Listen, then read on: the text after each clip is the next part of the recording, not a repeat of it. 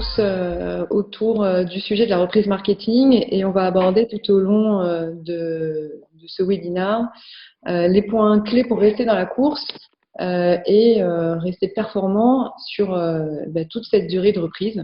On regardera ensemble les éléments importants sur les focus acquisition, fidélisation et multicanal. Ce que je propose, c'est de faire un petit tour de table rapide. Donc, pour ma part, je suis Élodie Vaillant et directrice générale de la société Fidélise. Pierre-Yves Rodet, donc je suis expert en data marketing CRM, 20 ans d'expérience donc chez l'annonceur, en agence, également en tant que consultant. Voilà, aujourd'hui j'interviens pour aider, accompagner les entreprises sur toute la chaîne de valeur de la relation client. Et puis la mise en place d'outils digitaux qui permettent d'améliorer cette relation. Et donc Baptiste Pigot, moi je suis directeur data et associé chez Fidélise et en charge de tous les sujets qui vont tourner autour de la data associée au marketing client, qui est notre spécificité chez Fidélise. Juste un mot sur la société Fidélise. On est une société de conseil et solutions marketing. On accompagne différentes entreprises comme Renault, Best Western, Yves Rocher ou encore la Française des Jeux sur leurs enjeux marketing et data. Et on est également à l'origine de la solution DataCook, première solution française d'automatisation de la segmentation. La solution segmente en temps réel et de manière dynamique la base client. Elle se connecte aux outils de campagne pour activer directement les segments. On peut ainsi activer sans effort les segments à valeur, notamment les clients à plus fort potentiel, les clients en digitalisation, sans risque de churn, ou encore par appétence produit, par lifestyle, etc. Voilà pour la présentation. Donc aujourd'hui, on va aborder les impacts de la crise. Alors quand le marketing accélère en mode commando, c'est ça en fait. C'est aujourd'hui le marketing, il est à marche forcée vers des progrès et des évolutions très rapides, à la fois sur la digitalisation, sur l'expérience client. Et tout ça dans des objectifs d'amélioration de la connaissance client, de la relation client. Donc tous ces éléments, c'est ce qu'on va voir ensemble juste après. La crise rebat les cartes du marketing de manière générale, puisque aujourd'hui, les gros enjeux, c'est tout ce qui tourne autour de l'innovation, de la connaissance et de l'agilité. Ce qui fonctionnait avant sur les aspects marketing ne fonctionne plus aujourd'hui, ne fonctionnera plus demain. Donc il y a vraiment une nécessité de réinventer et d'aller de l'avant sur ces grands piliers-là. La crise rebat aussi les cartes de la segmentation client. On était jusqu'à maintenant sur une segmentation client relativement statique, en tout cas une segmentation traditionnelle qui permet pas toujours d'aller très loin dans l'animation de la vie client. Donc ça, c'est des choses qui seront à prendre en compte et notamment la mise en place d'une segmentation vivante calée sur le cycle de vie. Ça, c'est des choses qu'on voit en ce moment. La relation client, elle se devra d'être agile, à la fois personnalisée dans le temps et locale, puisque les impacts du confinement, aujourd'hui, ils sont définis. Demain, il y aura très probablement des confinements, déconfinements, reconfinements à une échelle locale. Donc ça, c'est des choses qu'il faudra prendre en compte. Aujourd'hui, il y a deux outils à notre connaissance, donc l'outil Google Mobility qui est gratuit, qui permet de récupérer des données, d'en déduire qui est confiné ou non, et le bulletin Covid qui raccroche donc les différentes boutiques du réseau avec des indices de risque d'épidémie. Voilà, donc les 3 premiers mois de déconfinement, une période sous haute tension. Comme on le disait, c'est une période qui va amener jusqu'au mois de septembre. Septembre, c'est souvent un moment charnière dans le business, dans le retail notamment. Et cette période-là, elle va en quelque sorte donner le ton pour voilà toute la période à venir. Donc c'est vraiment ces trois mois qui seront dans le scope et sur lesquels il est très important de suivre les indicateurs, en tout cas peu d'indicateurs, mais les bons, pour parvenir à maximiser les performances sur la période. Donc, on va aborder les indicateurs pour la fidélité, l'acquisition et le multicanal.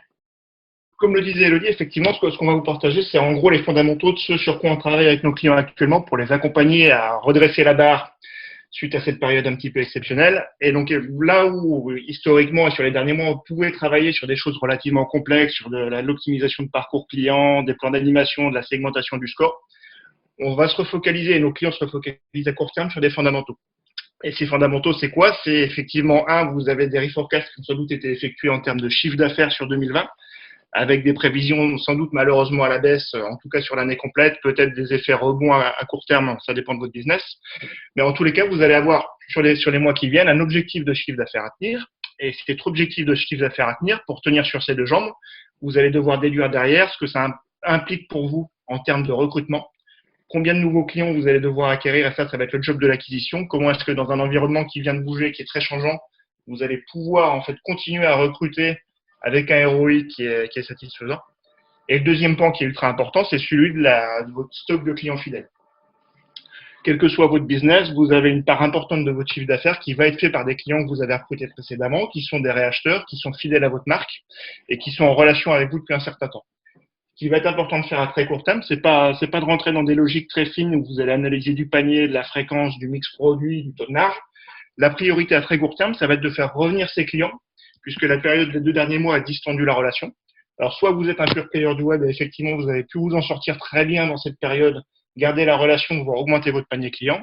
Soit vous êtes soit pure player physique ou mixte, et là, vous avez plus de problèmes puisqu'il y a un certain nombre de vos clients qui ont une relation qui s'est distendue avec vous. Donc, loin des yeux, loin du cœur, ça fait 2 mois que vos clients n'ont pas acheté avec vous, la relation s'est étirée. Vous avez des changements de comportement client importants qui vont avoir lieu, qui ont déjà eu lieu. D'une part à cause du risque sanitaire dont on va reparler, d'autre part à cause de la crise économique qui va arriver, qui va rebattre les cartes sur certains sujets. Et puis le troisième sujet, c'est que vous avez certains de vos concurrents, mais qui typiquement sont des pure players online, qui vont vous avoir pris des parts de marché et qui vont vous avoir pris une part de ces clients fidèles. Donc nous, ce qu'on conseille et la façon dont on fonctionne avec nos clients à court terme, c'est de voir avec eux quel objectif eux veulent se fixer en termes de retour de clients. Et pour ça, ce qu'on fait, c'est déjà, dans un premier temps, pouvoir définir avec eux c'est quoi pour eux un client actif, c'est quoi un client fidèle. Si vous êtes sur de la grande distrib ou typiquement sur du jeu d'argent ou du pari épique comme certains de nos clients, un client fidèle, c'est quelqu'un qui a parié avec vous sur les 3 mois avant la crise, donc sur le terrain 2020. Si vous êtes sur de la distribution spécialisée, ça peut être les clients des 12 ou des 24 derniers mois suivant votre cycle de vente et suivant votre saisonnalité. Tout comme ça peut être des temps plus longs sur de l'immobilier, sur de la vente de voitures, etc. Mais l'idée, c'est vraiment de pouvoir vous dire, OK, j'ai X milliers ou millions de clients fidèles. Sur ces clients fidèles, je dois renouer le lien très, très vite. Et je dois donc me fixer des objectifs, soit des objectifs de réachat, soit de recontact, soit de consommation dans des modèles à abonnement, pour pouvoir très vite voir, en tout cas voir d'ici fin juin, si vous êtes en ligne avec votre objectif business ou si vous devez enclencher des plans d'action pour rattraper le retard que vous avez pris. Et donc, la clé, c'est vraiment de pouvoir se dire, OK, en fonction de ce que je connais historiquement de ma base de clients, en fonction des impacts que la crise a sur moi, je m'attends à ce que fin mai, j'ai X% de mes clients qui reviennent et qu'à fin juin, je sois dans cette trajectoire-là. Et le cas échéant, si vous êtes ou pas dans cette trajectoire, vous allez enclencher des plans d'action différenciés pour pouvoir rattraper cette trajectoire. Donc, un indicateur très simple, pouvoir suivre effectivement la part de vos clients qui reviennent. Et ce qu'on conseille, c'est cet indicateur très simple, de pouvoir le scinder par une autre vision relativement simple, c'est la priorisation business de vos clients. Soit vous avez déjà en base chez vous des segmentations, donc comportementales, fréquence montante, hyper FM ou autre. Il faut vraiment vous focaliser sur votre cœur de clientèle. Et ce cœur de clientèle, généralement, c'est la loi des 20-80, c'est souvent chez nos clients. Donc, vous avez 20% de vos clients qui sont votre cœur de clientèle et qui vont réaliser 80%, entre 60 et 90%, on va dire, de votre chiffre d'affaires. Ces 20% de clients, il faut les identifier pour vous, pour pouvoir les suivre spécifiquement et, le cas échéant, pouvoir adapter les offres que vous allez leur faire. Donc, nous, ce qu'on conseille, une bonne règle métier pour ça, c'est la règle PMG. Vous avez vos 1% de plus gros clients, donc peut-être 100, 1000 clients que vous allez suivre de façon très personnalisée. Les 20% qui sont derrière, que vous n'allez pas forcément suivre en one-to-one, mais sur lesquels vous allez mettre un focus particulier dans vos analyses pour pouvoir évaluer s'ils reviennent bien vers vous ou pas. Et puis les 80% de, entre guillemets, petits clients, qui sont soit des petits clients, soit des clients irréguliers, soit des testeurs de votre marque, et sur lesquels vous allez mettre un effort, mais sans financièrement, en tout cas, trop vous impliquer auprès d'eux, puisque vous allez devoir vous concentrer sur votre cœur de cible. Donc, vous avez votre objectif global, vous avez votre priorisation de business pour savoir quels sont vos clients qui est cœur de cible et qui doivent revenir. Derrière, si vous êtes en dessous de votre objectif, vous allez essayer d'expliquer pourquoi en fait vous ne tenez pas cet objectif. Et donc, ce qu'on conseille, c'est effectivement de prioriser 3 axes qui sont importants dans le cadre un peu exceptionnel qu'on est en train de vivre. Le premier, c'est l'âge de vos clients. Ça peut paraître assez trivial, mais du fait de la crise sanitaire qu'on vient de vivre, du fait du confinement, vous allez observer des changements de comportement qu'on ne peut pas forcément prédire. On ne peut pas savoir si certaines tranches de clients ne vont pas surconsommer ou sous-consommer par la suite. Mais le plus important, c'est que vous puissiez évaluer très vite, en fait, s'il y a des catégories de clients qui vont poser des problèmes. Ça peut être vos tranches de clients les plus âgés, puisqu'on sait que la saleté, entre guillemets, qui a touché le monde entier ces derniers temps, a eu un impact beaucoup plus élevé sur vos clients à partir de 60 ans. Donc, à la fois en termes de risque psychologique, de réticence à sortir, de baisse des interactions sociales, puisque les petits-enfants, les enfants vont peut-être avoir un peu plus de mal à aller voir les grands-parents. Toutes ces choses-là font que le comportement en fait des aînés vont un petit peu changer et qu'il faut précisément évaluer comment ça va se matérialiser en termes de business pour vous. À l'inverse, vous allez pouvoir avoir des phénomènes, par exemple, de surconsommation d'hédonisme sur des clients plus jeunes. Par exemple, ce qu'on vient de voir chez Zara ou chez McDo avec les queues de 5 km pour aller manger d'ailleurs, c'est pas un Big Mac puisqu'ils le font plus, mais pour aller manger un Happy Meal. Ça, c'est des choses qui, effectivement, sont des corollaires de la crise. Et donc, le point, c'est vraiment d'analyser finement par tranche d'âge quel est l'impact sur chacun de vos clients. Le deuxième aspect qui est important, là, c'est ultra important si vous êtes sur du B2B, mais ça peut l'être aussi sur du B2C, ça va être la répartition par catégorie socio-professionnelle ou par typologie d'entreprise. Là, le sujet, c'est pas tant la crise sanitaire que la crise économique qui va venir, dont on sait qu'elle va avoir un certain nombre d'impacts. Le premier d'entre eux étant que là, actuellement, vous avez toutes les cibles de TPE et notamment d'artisans, de restaurateurs, de chauffeurs Uber, par exemple, de personnes qui sont dans des petites structures de tourisme, qui vont avoir des problématiques financières sur les prochaines semaines et les prochains mois. Donc, c'est ultra important de pouvoir les identifier en B2C et critique en B2B de pouvoir savoir la part de ses clients qui va être sur ces créneaux-là à risque pour pouvoir les accompagner plus précisément. Et puis, le troisième sur lequel on reviendra derrière, évidemment, c'est la zone géographique. Vous avez la fameuse carte de France avec les zones vertes et les zones rouges. Vous devez pouvoir précisément évaluer quelle part de vos clients, quelle part de votre chiffre d'affaires, quelle part de vos magasins sont actuellement en vert ou en rouge, pour pouvoir évaluer l'impact que ça a directement sur votre chiffre d'affaires. Donc, on va mettre en place une cible business. Cette cible business, on va la décomposer par valeur client, pouvoir expliquer derrière quelles sont les strates de clients qui sur ou sous-performent à très court terme. Et une fois que la vague en fait de retour naturel vers votre enseigne, vers vos boutiques va s'être mise en place, vous allez pouvoir passer sur des plans d'action différenciés. Et là, faire des campagnes plus incitatives pour faire revenir vos clients vers vous. Donc là, on n'a pas forcément de recette magique sur ces sujets-là. Qui est ultra importante, c'est toujours d'être dans des logiques de test and learn, parce que c'est des choses qui vous sont déjà demandées, vont l'être de plus en plus, pouvoir tester des actions, surtout bien montrer que vous testez, vous gardez ce qui marche, vous enlevez ce qui ne marche pas. Il y a 2 choses qui sont importantes dans la logique dont on vient de parler juste avant. C'est de pas forcément saupoudrer les actions, concentrer les actions et surtout concentrer les budgets sur les 20% de clients dont on parlait qui font 80% du chiffre d'affaires. Faire de l'action ultra personnalisée sur vos plus gros clients, avec du one-to-one, avec de l'appel sortant, éventuellement des conseillers spécialisés. Sur vos 20% de plus gros clients, mettre des moyens, que ce soit en logistique, en passant par du mailing papier un peu plus quali, là encore de l'appel sortant, des choses comme ça qui vont vous impliquer un peu plus financièrement. Tout comme faire des offres plus alléchantes, des rabats, des promotions plus importantes, des offres de couponing avec des valeurs faciales plus importantes que ce que vous pouviez faire avant. Donc vraiment vous concentrer sur ces 20% de clients, sans forcément chercher à faire du ROI à court terme. Parce que une chose à avoir en tête, c'est que plus vous allez mettre de temps en fait à récupérer ces clients à valeur qui sont chez vous, plus vous allez mettre de temps à renouer le lien avec la marque, moins vous allez en récupérer évidemment, et plus le coût par client que vous allez devoir investir pour récupérer ces clients va être très élevé. Et puis évidemment pouvoir personnaliser, alors pas être dans de l'ultra-personnalisation à court terme, parce que l'ultra-personnalisation, c'est pas forcément ce qui est le plus pertinent à faire dans un cadre où tout change, mais plutôt être vraiment sur des segments tactiques où on va personnaliser sur des grosses cibles de clients le discours et les offres. Et donc faire de la réassurance et de la sécurisation sur certaines cibles de clients. Alors, quelques points d'attention pour compléter ce que dit Baptiste sur la fidélisation. La fidélisation de vos meilleurs clients, c'est probablement le point de mire que vous allez garder sur toute la période qui va venir.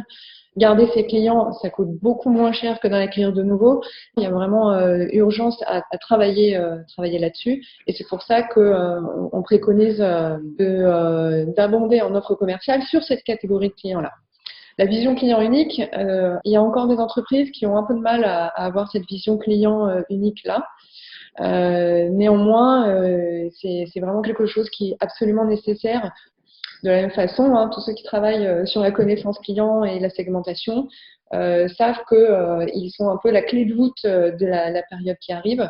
Meilleure sera la connaissance client, meilleure sera la segmentation et adaptée au cycle de vie client, et mieux vous maîtrisez les impacts de la crise. La data, elle n'a jamais eu autant de valeur que maintenant de ce point de vue-là. Autre point complémentaire, les points d'attention concernant la fidélisation, c'est de tenir compte de la satisfaction client.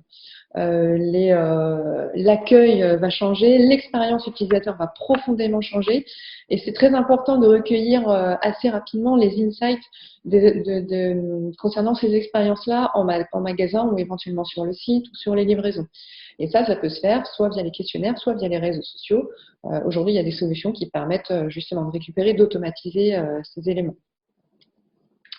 Alors, pour illustrer ce qu'on a dit là, donc c'est un exemple illustratif de mail dédié à vos meilleurs clients dans l'objectif de les fidéliser. Et ce mail-là, c'est un condensé de ce qu'on a pu trouver chez différentes enseignes. Et donc, le premier point, c'est Madame Dupont, vous comptez parmi nos plus fidèles clientes. C'est un élément fil rouge qu'on retrouve dans l'ensemble des secteurs chez qui il y a de l'encartage, en tout cas chez qui il y a de la fidélisation par carte de fidélité. Ce qu'attendent les clients, c'est qu'on reconnaisse leur fidélité, qu'on les reconnaisse et qu'on reconnaisse leur fidélité. Donc voilà, ce petit mot juste très simple permet de remédier à ce point-là. L'autre sujet, à la joie de vous accueillir, voilà, selon les horaires suivants et à l'adresse la plus proche suivante. C'est très important de remettre les informations à disposition immédiate et efficace de vos clients pour savoir quel magasin est ouvert, où est-ce que je peux aller acheter mon produit, est-ce qu'il est disponible éventuellement, et surtout les horaires des magasins. Voilà, comme vous le disiez, un bon de réduction sur votre prochain passage en caisse, donc pour amener vos clients en magasin, sur simple présentation de la carte fidélité, et de nouveau, une réassurance, toutes les mesures de sécurité qui sont mises en place. Alors sur l'acquisition, évidemment, on va voir les KPI à suivre. Ce qui est important sur les KPI, c'est que il va falloir justement bien les redéfinir. Il faut absolument les simplifier au maximum, c'est-à-dire qu'on va suivre un ou deux ou trois KPI maximum, et surtout pas s'embarquer dans des dashboards qui sont infinis et qu'on n'utilise finalement plus vraiment. Évidemment, on va s'attacher à un taux de conversion par canal. On va également avoir une approche très pragmatique, puisque l'objectif de cette entreprise, c'est de rattraper du chiffre d'affaires avant tout. Donc on va avoir une approche très héroïste et ce qu'on appelle l'approche PNL, c'est-à-dire que voilà, on veut immédiatement avoir les gains au niveau de chaque campagne. Alors on va avoir à nouveau la contrainte géographique, donc que ce soit en search, on va acheter des mots-clés qui sont liés surtout à des lieux géographiques, pour être sûr de ne pas acheter des mots-clés inutiles où on enverrait les clients sur des zones où on n'a pas de magasin. On va se baser aussi beaucoup sur l'affiliation. Là, à nouveau, comme sur les clients, on va se concentrer sur ces plus gros affiliés pour amener le maximum de trafic sur le site. Ce qui est important également, c'est au niveau de la communication. Aujourd'hui, les attentes des clients sont très fortes en termes de responsabilité de la marque. Donc, la communication prix n'est pas forcément, pour une certaine tranche, en tout cas de la clientèle aujourd'hui, n'est pas du tout une attente. On veut que les marques développent des actions positives, locales et responsables. On a deux illustrations. Dimanche dernier, il y a eu 19 millions de visiteurs sur le site du Bon Coin, qui est aujourd'hui le premier site en France. Donc vraiment, cette attente des clients sur une économie circulaire, sur des modes d'achat qui sont vraiment réfléchis et responsables. Voilà. De même au niveau de la communication, donc on va surtout être plus sur du branding. Les marques ont peu communiqué pendant la crise, ont coupé 85% des marques ont coupé complètement leur budget média. Donc là, il y a une reprise importante sur la part médiatique des marques à prendre. Donc on sait, il y a une étude Kantar qui indique que si une marque arrête de communiquer pendant 6 mois, elle va perdre 39% de ses parts de marché. Donc c'est important de communiquer sur la marque. Voilà. Et je vais reprendre les indications de Baptiste. Effectivement, on va être obligé de passer par de l'échantillonnage, de l'A/B test avant de valider une campagne, couper les campagnes. Aujourd'hui, on a aussi des agences, des prestataires qui proposent la garantie sur les résultats. Donc c'est effectivement c'est une tendance un peu une adaptation de l'offre média. Et il faut aller vers ce type d'offre, évidemment. Donc, on a l'exemple de Publicis, par exemple, qui garantit la réussite de la campagne et sinon qui rembourse si on n'atteint pas les objectifs. Également au niveau de tout ce qui est marketing automation, tout ce qui est gestion des cookies avec les DMP, il va falloir faire très attention à bien valider, à bien remettre en place son plan de tagage. Il n'y a rien de pire que de faire un achat, avant la crise, faire un achat et puis pendant 2 semaines, on va nous resoumettre le même produit alors qu'on vient de l'acheter. Donc là, on peut plus se le permettre. Il faut vraiment bien croiser sa DMP avec sa base CRM pour qu'on traite de manière identifiée les clients et qu'on les resoumette pas à des messages de prospection. Voilà. Alors, les points d'attention, encore une fois, c'est tenir compte de la situation géographique du prospect. Alors, je vais illustrer à nouveau. Hier soir, j'ai reçu une publicité de Wicar qui me disait, voilà, profitez du déconfinement pour aller vous sortir de Paris, louer une voiture. Toute la sécurité est mise en place pour que vous puissiez louer des voitures dans de bonnes conditions. Voici des idées de sortie. Et malheureusement, les idées de sortie qu'on m'a données, d'abord, elles n'étaient pas du tout géolocalisées, c'est-à-dire qu'on ne tenait pas en compte le fait que j'habite Paris. Alors, je suis déjà un client et qu'ils savent très bien où j'habite. Et puis ensuite, dans les propositions, on m'envoyait à Honfleur, qui est à plus de 100 km. On me proposait d'aller au parc Astérix ou à Disneyland qui sont fermés. Donc là, il n'y avait pas du tout de prise en compte des circonstances sanitaires. Et malheureusement, pour ma part, ça a fait un flop. Je me suis dit, non, finalement, ça va être compliqué. Les destinations qui sont proposées, elles sont inatteignables. Donc, je vais pas louer de voiture, je vais rester chez moi. Voilà. Donc, c'est eu l'effet inverse, en fait, de ce qu'on voulait pousser. Voilà, pour finir, donc sur le multicanal, pardon. Je parle trop. Alors voilà, on va vraiment, il faut adapter les messages en fonction du confinement. Il faut un marketing agile. On a aujourd'hui en marketing automation beaucoup de triggers qui sont mis en place. Il va falloir être capable de les activer, désactiver très rapidement. Ça veut dire des modes de décision très courts au sein de l'entreprise. C'est aussi le besoin d'autonomie sur les salariés pour qu'ils puissent prendre des décisions assez rapides et pouvoir ajuster les campagnes en temps réel.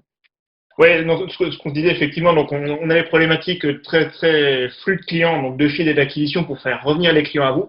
Le troisième point qui a changé, c'est effectivement la façon dont vous allez interagir avec vos clients. Depuis 2 mois, évidemment, la plupart de vos boutiques, si vous en avez, ou la plupart des contacts physiques ont été absents, et ça a induit derrière des changements comportementaux de vos clients. Ce qu'on conseille en fait dans la façon de les appréhender pour pouvoir bien cibler vos actions stratégiques auprès de vos clients, c'est là encore de rester très simple, toujours rester simple sur les indicateurs qu'on va mettre en place. Même avant la crise, ce qu'on conseillait quand on avait une activité avec 2 ou 3 canaux de vente, C'était de pouvoir flaguer l'activité principale de votre client. Est-ce que vous avez un client à dominante réseau physique, e-commerce, click and collect par exemple, et deux, de pouvoir lister effectivement si vous avez des clients exclusifs sur un canal de vente ou des clients mixtes. Donc ça, c'est la première pratique à mettre en place, c'est mettre ces 2, 3, 4 segments tactiques opérationnels pour effectivement savoir rapidement sur quel canal communiquer auprès de vos clients. Et le deuxième point, c'est absolument de pouvoir identifier vos clients qui sont restés en contact avec vous et qui se sont digitalisés au cours de cette crise. Soit via de l'achat en ligne directement, soit via du click and collect. L'exemple le plus frappant, c'est la grande distrib où sur le drive, il y a une augmentation de 30 à 40% des commandes en drive pendant le confinement. Et là, les échos qu'on en a depuis le déconfinement, c'est que ça ne s'élimine pas. C'est-à-dire que vous avez des nouveaux clients qui étaient des clients filiés qui sont passés sur un nouveau segment et qui vont continuer à la fois sur ce segment et sans doute continuer à côté à venir en magasin auprès de vous. Donc, c'est vraiment clé de pouvoir identifier ces clients qui ont eu un changement de comportement auprès de vous durant cette crise pour pouvoir les adresser spécifiquement derrière. Et le deuxième point clé, oui, ça on en reparlera encore une fois derrière, mais c'est l'état de confinement, déconfinement des clients et des boutiques. Ça c'est la clé derrière pour vous. C'est de pouvoir à tout moment savoir effectivement dans quelle situation vous vous trouvez auprès de vos clients. Ça, c'est plutôt une problématique opérationnelle que marketing en tant que tel, mais c'est une contrainte forte pour vous. Est-ce que je dois envoyer mes clients vers du drive, vers du click and collect, vers de la livraison ou les envoyer vers mon point de vente? Est-ce que je dois prioriser mes actions de digitalisation sur mes clients exclusifs points de vente si la zone se reconfine? Vers quoi je dois envoyer mes clients mixtes en zone déconfinée? Ça, c'est des points clés que vous devez avoir en tête. Et sur les actions business, le multicanal, c'est un point clé, là encore, de la période à venir. Vous allez avoir des clients qui sont passés sur du mixte. On sait que les clients qui sont multicanaux ont un panier moyen et un taux de repeat qui est plus élevé. Donc, c'est vraiment quelque chose à suivre. Il faut engager les clients à aborder un parcours client qui mêle à la fois du on et du off. Et en ça, créer des scénarios multicanaux. Un autre point qui rejoint aussi ce que disait Baptiste par rapport au moment de confinement et de déconfinement. Aujourd'hui, je pense qu'on n'en a pas encore trop conscience, mais ce qui va arriver très probablement, c'est des zones qui vont se reconfiner de manière locale. Il faut bien avoir en tête qu'entre deux confinements, c'est vraiment le moment où il faut accélérer et mettre pied au plancher pour faire revenir les clients en boutique. Et il y a un côté justement CrossFit marketing, c'est-à-dire qu'on va avoir un laps de temps court et intense pendant lequel il va absolument falloir faire revenir les clients dans les boutiques pour assurer ce côté justement omnicanal. Ce temps-là, il n'est pas infini, donc on sait qu'entre deux confinements, il y a vraiment une fenêtre sur laquelle il faut cibler les bons clients au bon moment pour les faire revenir en boutique. Pour ceux qui ne reviennent pas en magasin, il faut aussi les identifier et les relancer avec des offres online plus agressives et incitatives. Oui, alors évidemment, c'est le click and collect qui va devenir un peu la norme. C'est aussi les nouveaux canaux. On a le wallet, donc c'est lié au paiement mobile, paiement sans contact, qui devient aussi une norme dans les points de vente. Le wallet, ça permet deux choses. Ça permet déjà de digitaliser la carte de fidélité, c'est-à-dire que aujourd'hui, les normes sanitaires vont empêcher la caissière de prendre votre carte, de vous la rendre et vous la remettez dans votre portefeuille, vous mettez vos doigts dessus. Donc, c'est de la digitaliser et de l'avoir directement sur son téléphone avec son moyen de paiement. C'est également un nouveau canal puisque le wallet, il permet d'envoyer directement des notifications. Donc, c'est une application qui est sur iPhone, Android, qui est une application native que l'utilisateur ne peut pas enlever. Et une fois que la carte de fille donc est placée dans ce wallet, on a un opt-in sur la notification du wallet et on peut du coup envoyer des notifications aux clients en mobilité. À ça s'ajoute évidemment toujours la force du SMS. Alors pas simplement le SMS classique, voilà un bon de réduction, mais également un SMS enrichi avec un lien.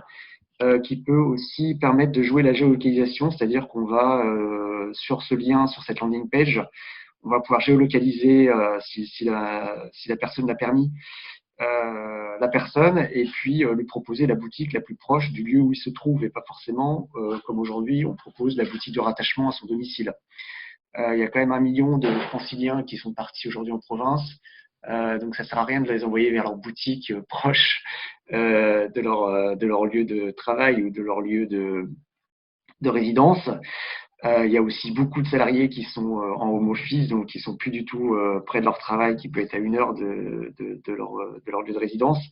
Donc vraiment, la logique, c'est d'envoyer vers la boutique qui se trouve proche du lieu, soit d'habitation, enfin d'habitation actuelle, en tout cas d'activité de chaque client.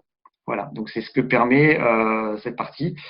Le m-commerce, donc le marketing mobile, évidemment a explosé. Le mobile, ça a été notre lien avec le monde pendant ces 50 jours de confinement.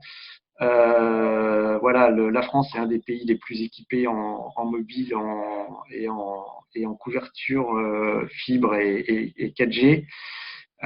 Donc c'est vraiment voilà l'objet qui nous sécurise et qu'on va consulter dès qu'on se réveille, qu'on va consulter avant de se coucher.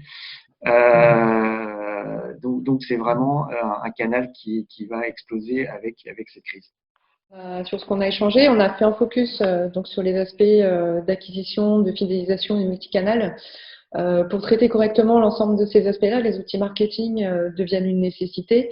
On a parlé de la vision client unique, donc ça c'est vraiment le socle de vos analyses à venir pour être en mesure de retracer l'expérience omnicanal de vos clients, de bien comprendre où est-ce qu'ils en sont dans leur cycle de vie, est-ce qu'ils sont passés d'un segment monocanal à un segment plutôt orienté multicanal. Et pour ça, votre RCU, c'est vraiment la pierre angulaire du travail que vous allez mener sur les prochaines semaines. De la même manière, on parlait de segmentation. Votre segmentation client, elle a un besoin impérieux d'être dynamique. Il va falloir réactiver de façon très progressive et judicieuse vos différents segments de clients sur des segments porteurs, donc sur les clients qui sont déjà fidèles, ceux qui sont détectés comme étant à plus forte valeur, et d'autres clients qui vont avoir une appétence plus forte sur une typologie de canal ou sur une typologie de famille de produits. Et ça, c'est important d'avoir quelque chose d'automatisé et de fluide là-dessus pour être efficace. De manière générale, on va avoir plus d'achats digitaux. On sait que le digital, ça permet du coup de tracer plus finement et plus efficacement les comportements clients. Donc, qui dit plus d'achats digitaux, dit plus de data. Meilleure connaissance client. Donc ça, c'est vraiment, encore une fois, ça rejoint l'optimisation de la connaissance client par le volume de données et les bons outils associés. La deuxième clé, effectivement, on l'a rabattu pas mal, c'est de pouvoir anticiper effectivement la situation. Et on passe d'une situation où on a quelque chose qui était jusqu'au début d'année assez uniforme en fait sur tout le territoire français, à des situations très hétérogènes, là pour le coup d'un département à l'autre, puisque sur un département donné ou même une ville donnée, puisque le pouvoir va être donné à la fois au préfet et au maire, de pouvoir prendre des actions impactantes sur nos libertés, impactantes sur nos modes de consommation. Donc toutes ces choses-là vont impacter directement votre business. La clé, c'est vraiment d'avoir une base client qui soit géolocalisée, de pouvoir tracer où sont vos clients actuellement, et en face de savoir où sont vos clients, de pouvoir mettre un indicateur, on va dire, de suivi en face de ça. Ça veut dire quoi? On parlait tout à l'heure des zones vertes et rouges, en fait, qui ont été mises en place par le gouvernement. Pour l'instant, ça change pas grand-chose. Et par contre, à partir de début juin, ça va changer quelque chose, puisque si vous êtes en vert, vous allez avoir des restaurants, des bars, des hôtels qui vont être ouverts, peut-être du relâchement sur la pratique sportive, plus de facilité sur la remise en place des sports collectifs, par exemple, moins de problématiques de huis clos ou de rassemblement de personnes. Donc tous ces sujets-là, à court terme, vont directement impacter votre business. La clé, c'est pour vous de voir en fait quels sont les critères vraiment différenciants au-delà du rouge et du vert, quels sont les critères différenciants sur votre business. Est-ce que les restrictions de déplacement sont importantes? Est-ce que l'ouverture des bars, des restaurants est importante? Des forêts, des plages? Tous ces éléments-là, vous devez vous faire votre propre carte et sur cette carte mettre 3 niveaux. Un niveau zone normale, la situation est business as usual pour vous. La situation de vos consommateurs vous permet de travailler avec eux, d'avoir une relation avec eux qui est classique, une situation entre guillemets dégradée. Vous vendez des articles de sport et les sports collectifs sont interdits dans la moitié de la France. Comment est-ce que vous redirigez en fait votre activité?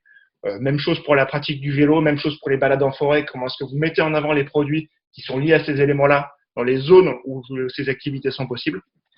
Et puis ce qu'on conseille absolument, même si on espère que ça ne va pas arriver, c'est là où on n'était pas, effectivement, tout le monde a été pris au dépourvu le 16 mars avec l'annonce du confinement. En tout cas, d'un point de vue business, impossibilité de mettre en place des plans spécifiques ou en tout cas avec un peu de retard et dans l'urgence, là, vous devez absolument préparer, au-delà de ces 2 zones nominales et dégradées, un plan de secours pour les éventuels reconfinements.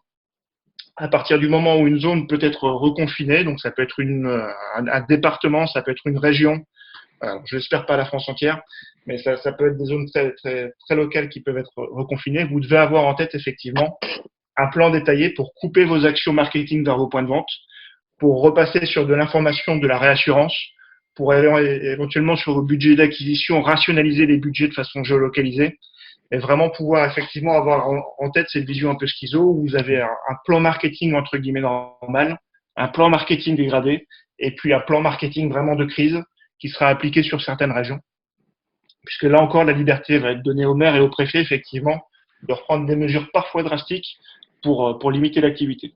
Un bon exemple, ça peut être typiquement la Corse, où la Corse a déjà annoncé effectivement que les collèges ne réouvriront pas avant le mois de septembre. Donc effectivement, ça va impacter la façon de fonctionner des familles. Ça peut aussi être des risques sur la Corse, sur les liaisons en ferry, par exemple, qui peuvent être très rapidement coupées en cas de nouveaux clusters sur cette zone. Et donc, il y a quelques zones comme ça sur lesquelles vous allez avoir des risques très forts et vous devrez pouvoir réagir très vite pour pouvoir optimiser l'impact sur votre activité. Voilà, donc il y a deux solutions, comme on disait, qui existent aujourd'hui. Donc il y a Bulletin Covid qui rattache l'ensemble des boutiques de votre réseau aux indices de risque épidémiologique. Et Google Mobility qui est absolument gratuit et qui permet, avec un peu de travail, de déduire de ces informations l'état de confinement ou non, enfin les de confinement ou de déconfinement de chaque département français. Voilà pour ces premiers